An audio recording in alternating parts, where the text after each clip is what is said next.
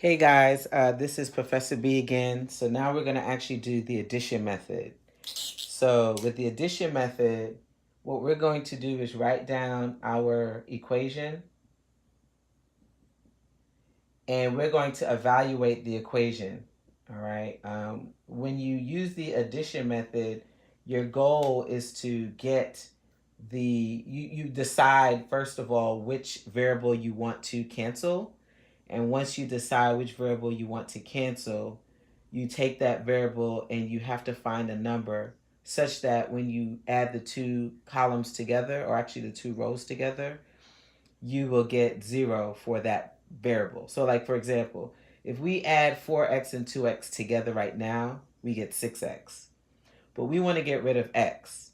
So the question becomes, well, what do we need to multiply one of these equations by so that when we add these two equations together, we get 0?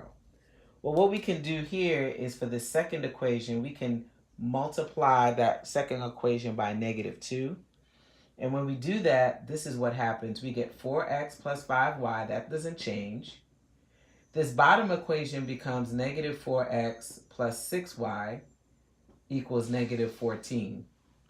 And then now look what happens when we add these columns together. This is going to cancel out. And we're left with 11y, and we're left with -11 here.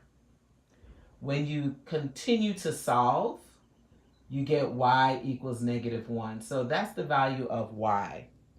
To find x, what we're going to do is take that value of y and we can decide which of these equations we want to put it back in. I'm going to use this bottom equation. It doesn't really make much difference, but it looks a little easier to work with.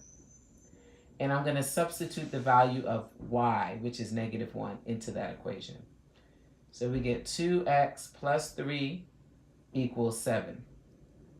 So 2x is equal to, if I subtract 3 on both sides, 4. And so once again, when you solve, we get x is equal to 2. So now for this system, since we're using this addition method, it would be 2 comma -1. That would be the solution to this system. All right, guys.